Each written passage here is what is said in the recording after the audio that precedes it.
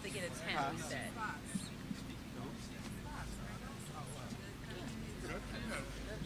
don't know, there's room over here. It's Jasmine's over there. I don't know. Here she is walking directly across the Who's that?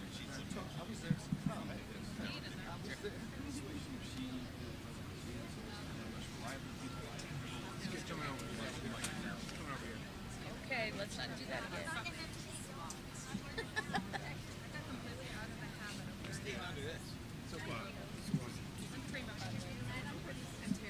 She's incoming on the right. Okay, great. Wonderful. Hey, Tara and Chelsea, can we make room right here for the mayor to come through? Can we make room right here for the mayor to walk through?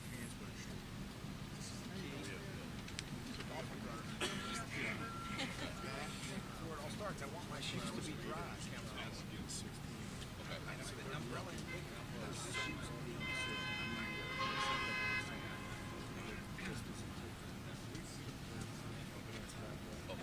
So that's why Chris. Nick brought it up this morning. He was running hot on it. I said, let's just. So, who's going to be the person to hold the umbrella over? We have one extra umbrella right there. Fantastic. So we can either grab that one and someone can stand there, or we'll see how this one does over her. It might be okay.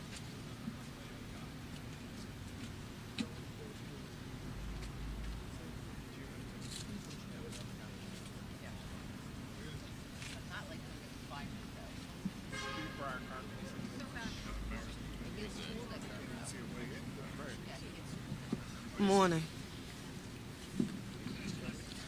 What time is it? Good morning, everyone. I wanted us to gather on today following the very unfortunate and tragic gun violence that took place in several neighborhoods, including this one, over the weekend that just ended. For the record, 24 people were shot over the weekend in 11 separate incidents, and 4 people have died. This includes the shooting outside the ice rink on Friday evening, where 3 youth were shot, none fatally, but 3 youth were shot. As I have said before, every shooting and homicide in Philadelphia personally pains me as your mayor and my administration. It pains me because every homicide victim was somebody's son, brother, father, uncle, daughter, sister, mother, aunt. These are human beings that we are talking about, and not statistics. Our city grieves their loss, and it should not have to be this way. People should not have to live this way. Yes, you do know what the stats are. They affirm that even despite this weekend's gun violence, we are making some progress, but it's not enough. The numbers don't mean a damn thing.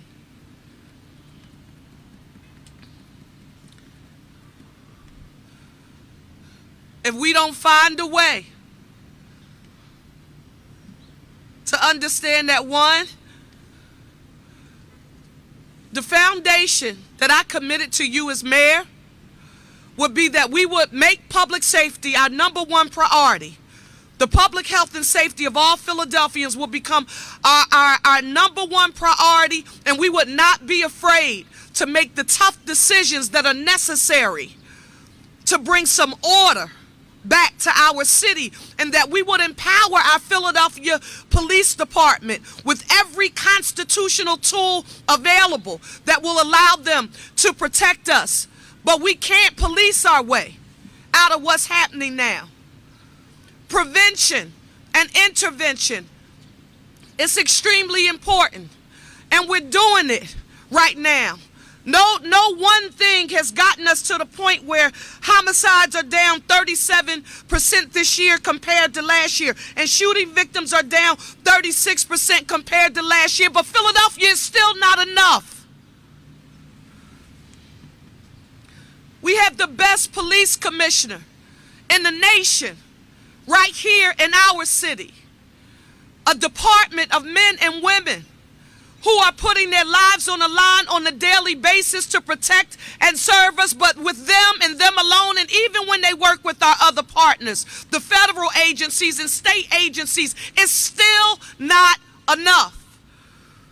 I'm asking you on today to join in partnership with your city, and understand that we cannot and will not rest until every resident in every neighborhood feels safe in their homes, going to school or walking in their community. We have much more work to do, and we're going to do that work every day with our police department, with our Office of Public Safety, with our community partners, to make Philadelphia what my goal is, what I committed to you, that we would do everything that we possibly could to make it the safest big city in America. But rest assured, particularly during this time of year, we will not allow anyone to think that they can just do anything in our city and there will not be any repercussions. It won't go down here in the city of Philadelphia. I need you to know that as your mayor, our police commissioner is empowered to do everything that he possibly can in leading our police department to ensure that we make your public health and safety our #1 priority. Over the weekend, I got calls from the family members of the young people who were impacted right here.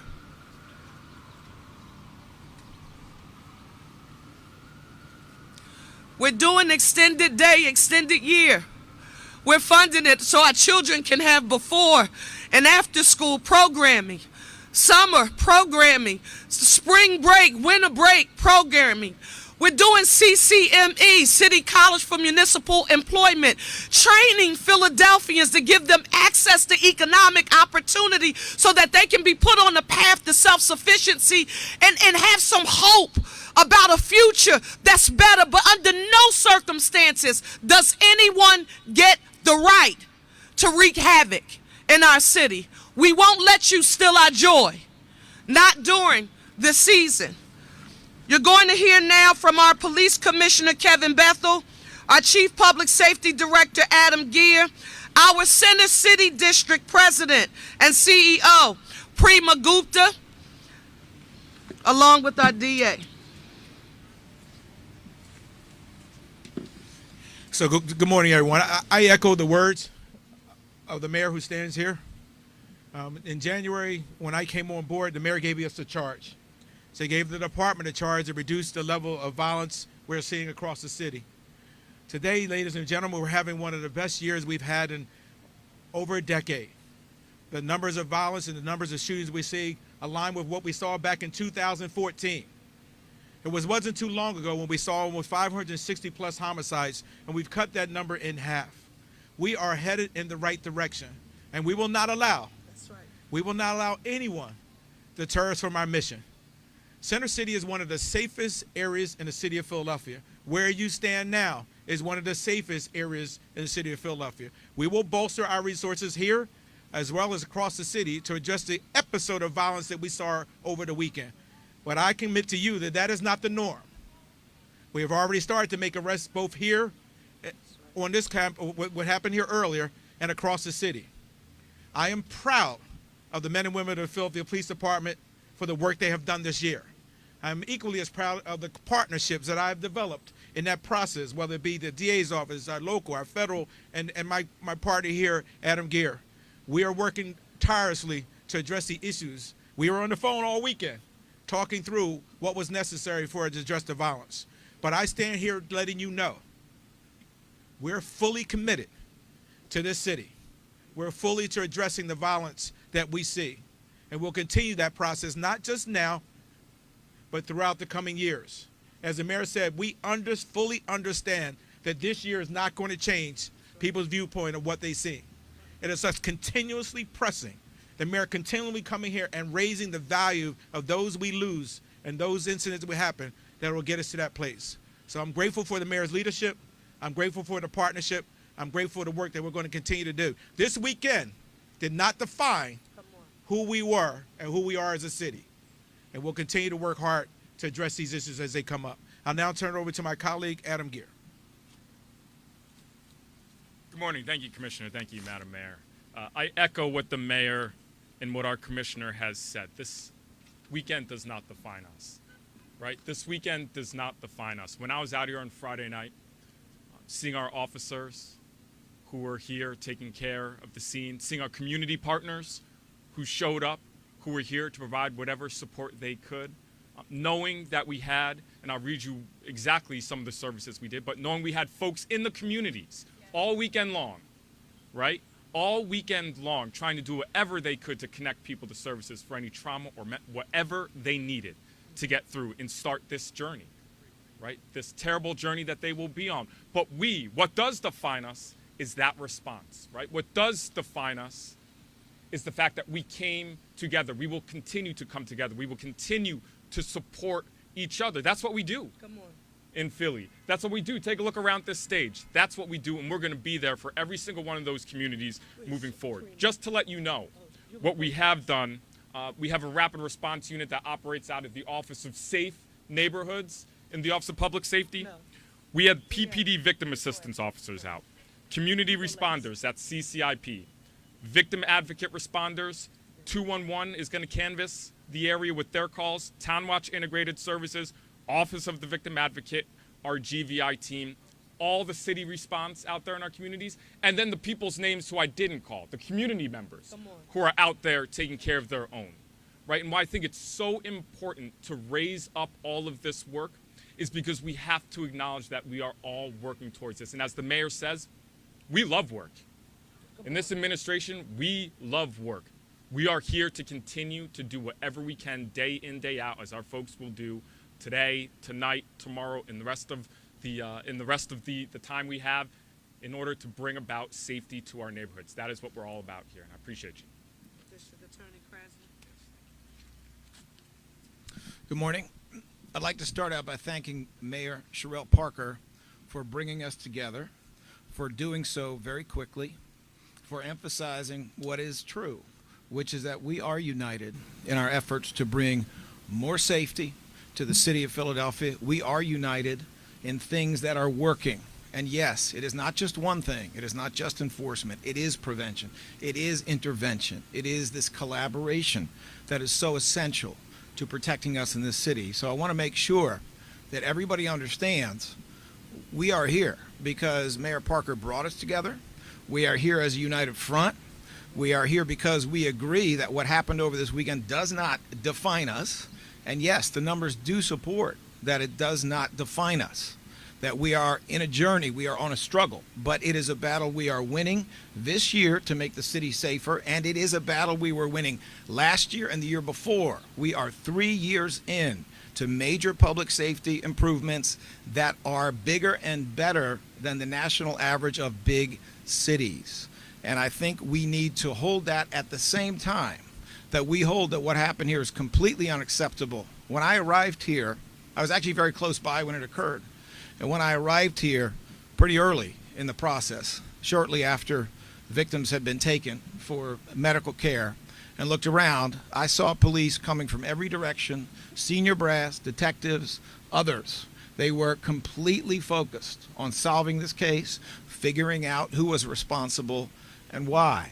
And that should be very encouraging to all of us, that intensity of effort, that desire to make sure we know the full truth about what happened here. Now, I do also want to say that Councilmember Kurt Jones has been on this issue for a minute. 30 days ago, he was in the process of talking about situations that we face when young people get out of school and they come to Dilworth Plaza trying to address that. I have to give him his props for that, because he, of course, is also closely in collaboration with the mayor's office, with the police department, with the schools. And when the mayor speaks so passionately and so truthfully about her concern for youth and every effort that she is making so that we do not have situations like this, well, I just want you to know that Councilmember Curtis Jones is on that team, and that he is making that effort through educational resources and others to see what he can do so we do not have this again. I'm not going to say much more other than to say, as soon as this occurred, our victim witness services people, and by this I actually mean the entire weekend, multiple different shootings, our victim witness services crew within the DA's office, our CARES unit within the DA's office that addresses homicide cases specifically, were deployed. They were in contact. They were doing what they could do, as has been described by other members of the mayor's team, to address the immediate needs of these people. I can tell you there are very, very active investigations going even as we speak, and that we are collaborating very closely with the police department on that. Our gun violence task force has some forensic resources, and they're going to use that. Our victim witness crew are out there doing everything they can do. There are attorneys in my office who've been on the phone most of the weekend dealing with people who may have knowledge of what occurred here to make sure that everyone responsible is held accountable. We will not stop. We will not delay. We will not slow down, because this incident, as was said before, does not define us. Thank you. On behalf of the entire Center City District team, we are so saddened by Friday's events in this park. Our hearts go out to all those affected by senseless gun violence everywhere in this country. Our team puts our whole hearts into operating this park, creating magic, especially during this time of year when Dilworth Park has become a beloved holiday tradition for many throughout the entire region. As the police commissioner said, Dilworth Park remains one of the safest places in the city, with more than 30 cameras that operate 24/7 and more than 24 uniformed members of our staff in the park every day. And I'm so grateful for that hardworking team. It's important to note that Friday's events were an isolated incident at Dilworth Park. Up until then, we hosted more than 11 million visitors who've come here without incident. We are so grateful for Mayor Parker's partnership as we work to ensure Dilworth Park remains a space for Philadelphians to enjoy during the holidays and year-round. So thank you, Mayor, and thank you to your team.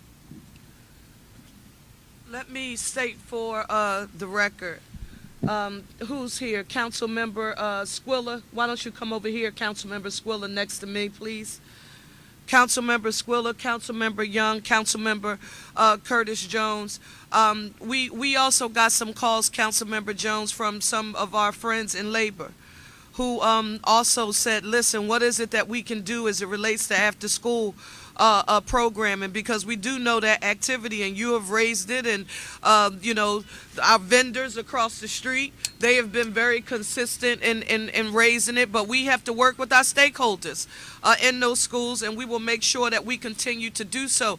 But the importance of us being gathered here on today is to, one, let Philadelphians know that their public health and safety is our #1 priority, that every resource that is needed to continue to ensure that the city of Philadelphia, and yes, that includes Dilworth, part of the economic hub of our city, we're going to make sure every resource is available to ensure that it's safe. Councilmember Jones, you're still going to shop. You're going to shop, Squilla. I'm going to shop. Philadelphians are going to shop. And we won't let this one incident define us, but it's also important to let people know that this is not an anything goes city of Philadelphia. It's just not going to happen. We're going to do everything in our power to ensure that those who are responsible for these efforts are held accountable to the fullest extent of the law. In Philadelphia, a lot of people may have opinions about that, but as your mayor, I do not apologize about that. If we can't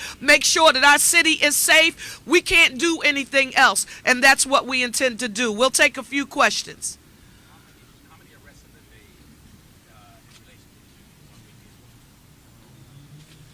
So far, just one. So far, we're working on the others.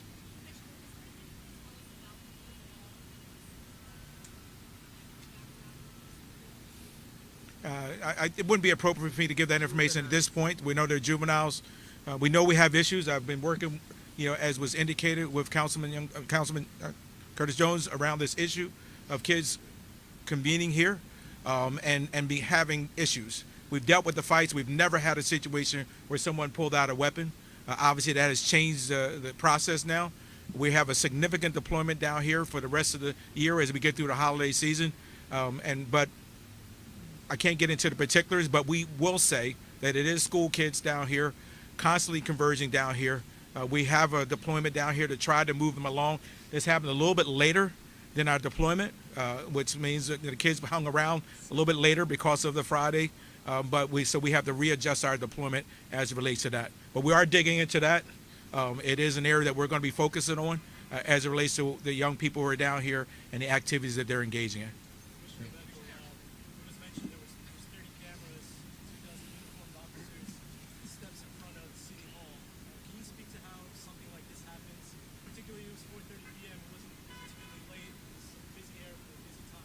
Well, I think, listen, I've always said that when you give a 14-year-old child a gun, and understanding their development, they don't care about the consequences. They just think in the moment, right? And don't even really consider the trauma that they inflict on others when they engage in that behavior. And so we're going to continually be working hard to go after our young people, particularly those who are carrying guns. But this is the work, right? We've seen this across the city. When young people, unfortunately, have weapons, will use them, right? We've seen that, 2 hours after school, within 2 miles of school, is when we see a lot of our activity around our young people. And so we're working to adjust our deployment around those time periods, and then we'll be doing that here as we work to increase our deployment in Center City.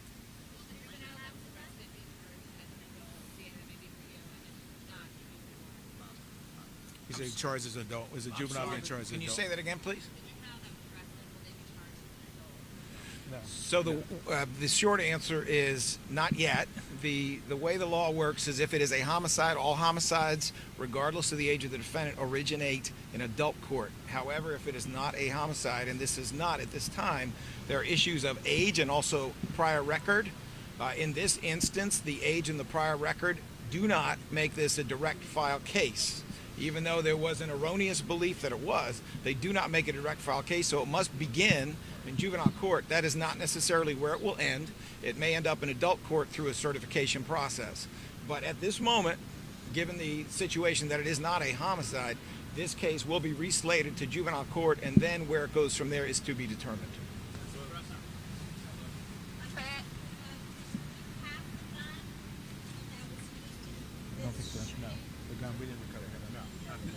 No, we did not recover the weapon at this time.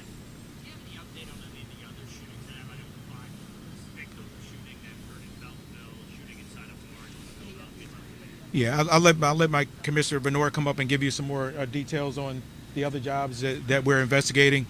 2 of them obviously were around bars. There are a few cases that occurred throughout the city. 2 of them, as the Commissioner said, occurred in establishments, liquor establishments. One of them involved the security guard firing a weapon at someone who had a weapon. That's under review by the district attorney to see if charges will be filed in that case. They have not at this time. All right, the other case we have happened in Wyoming at 5:30 in the morning over an argument. We're still working on obtaining more video in that case and moving forward with what we have. We have a lot of information. We're moving forward on that. As far as the other cases, we're working to gather all our technology and look at what we have and working with the district attorney's office as far as charges go. I'll give it to you. It's in the 39th district, I believe. I'll give you the address. Yes. Yes. We don't know that yet. 2 of the incidents that we had, one in the 16th, one in the 39th, were absolutely targeted incidents. If they were connected, we're working to see if they are, but we're not sure.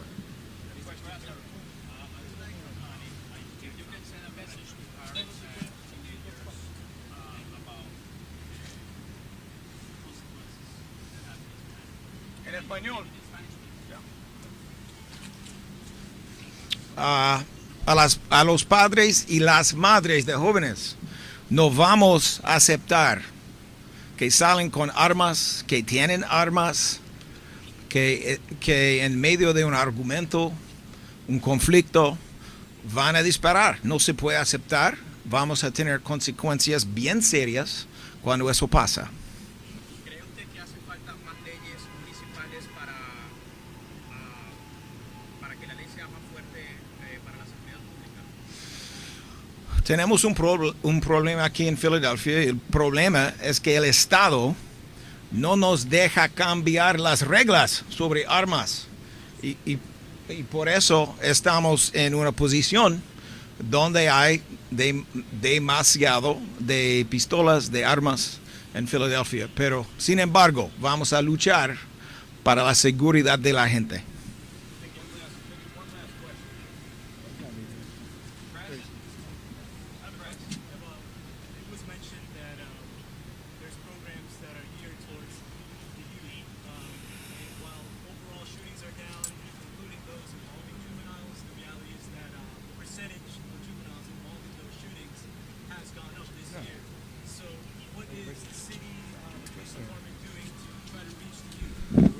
Let me, one, just state for the record, and this is where Councilmember Jones and Squilla and Young and I, under the leadership of Council President Kenyatta Johnson, this is when budgets come into play.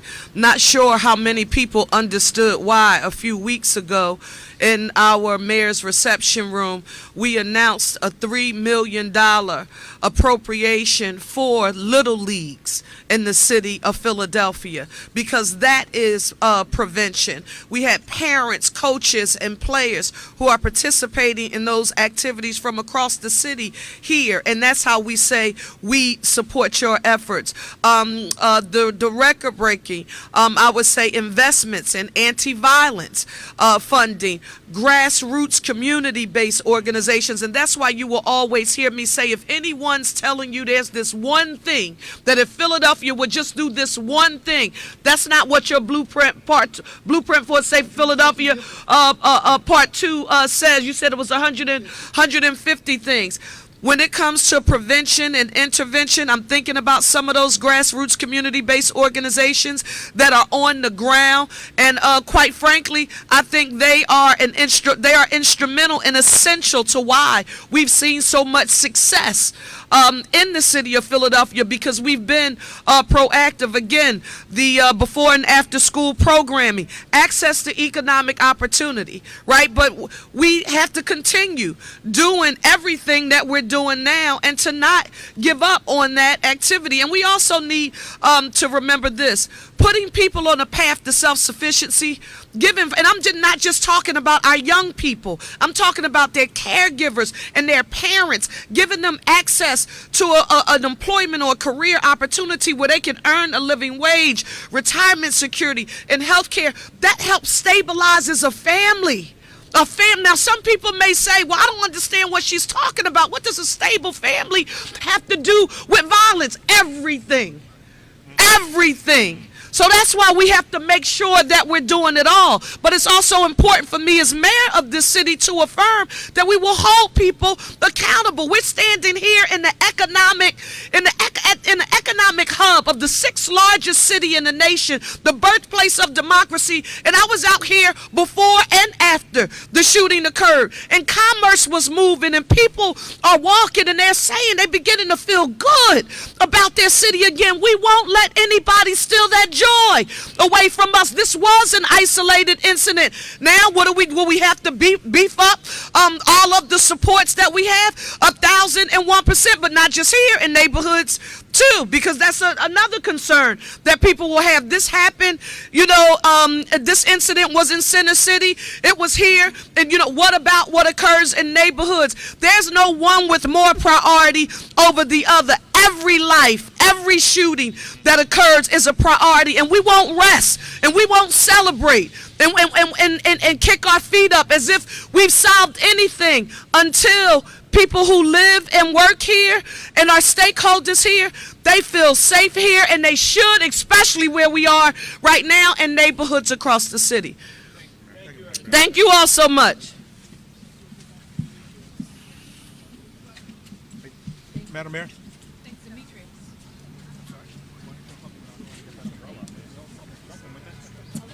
Somebody say it's brand new, but I don't want to try and get it up there, man.